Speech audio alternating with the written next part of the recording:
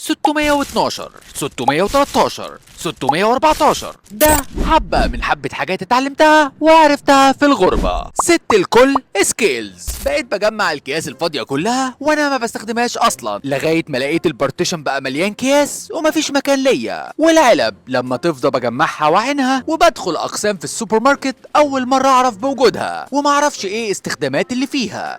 بس بقيت حاسس المسؤولية غصب عني مودياني لهناك. احنا ايه اللي وصلنا لكده؟ بس ده غير اني بقف واجيب كل حاجة واي حاجة عليها عرض، حتى لو مش هستخدمها او مش فاهمها. وكمان قبل ما انام بروح اقفل باب الشقة امال، وبتاكد اني فاصل المشترك والفيش كلها. ايه يا جماعه النور. ولما بصحى برتب السرير للاسف، وباخد معايا اي حاجه اعملها وانا قايم بالمره. اسكت، كمان بقيت بشحن الموبايل وهو 90% عادي. بشيل اي حاجه واقعه وانا معدي في البيت، وقبل ما اطلع بره بقفل كل انوار البيت. نهاية العالم قربت ولا ايه؟ مش عارف، بقيت بعمل كل ده من باب المسؤولية ولا من باب ان عاوز احس ان امي معايا في كل حاجة بعملها في اليوم كله. ايا كان السبب، بس اللي انا متأكد منه انها وحشاني جدا، ومفتقد جدا دعاها ليا كل يوم الصبح وانا رايح الشغل، اكلها، وقفتها في البلكونة وهي مستنياني وانا راجع من الشغل، وغيرهم كتير من التفاصيل. ربنا يحميها ويحفظها ويطول لي في عمرها.